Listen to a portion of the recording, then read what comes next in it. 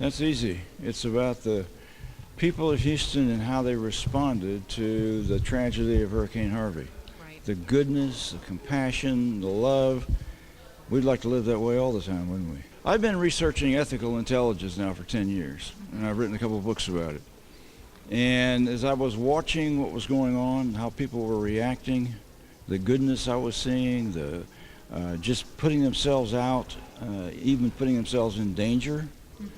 I told my wife, I said, I've been studying this for 10 years. I'm watching ethical intelligence in action. I've got to write about this.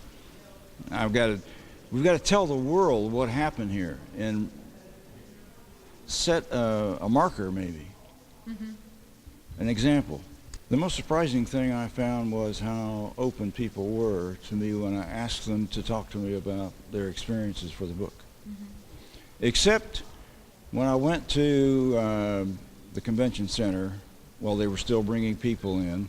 Miraculously, I got in there, even though I didn't have a pass or anything. And I was just walking around telling people what I was doing. They were thrilled that I was going to write about what happened to them. But 3 out of 4 people wouldn't talk to me. Really? Because it was the trauma of the event was still so fresh that they didn't want to talk. They didn't want to relive it, and it didn't make any difference. I had this one story where this couple driving this very expensive BMW SUV, like an $80,000 car, and they exited from the freeway and immediately drove into a lake. Floodwaters. And they were desperately trying to figure out how to get out of their car, and they heard this rapping on the back window. And it was two guys with beards and turbans offering to help them. When I went to the convention center, I was interviewing people. And this one young woman was sitting there, and she agreed to talk to me. And her name was Lori. Of course, her name wasn't Lori, but I used the name Lori. And she was telling me about her experience. She and her family, they had 5 kids, her and her husband, lived in Greenspoint in a townhouse. And it started raining on Sunday, and the water started rising, and suddenly they were flooded in. They had like 4 or 5 feet of water. I don't know whether you saw the pictures of Greenspoint, but there were tremendous floods. I was out there. I know what you're talking about.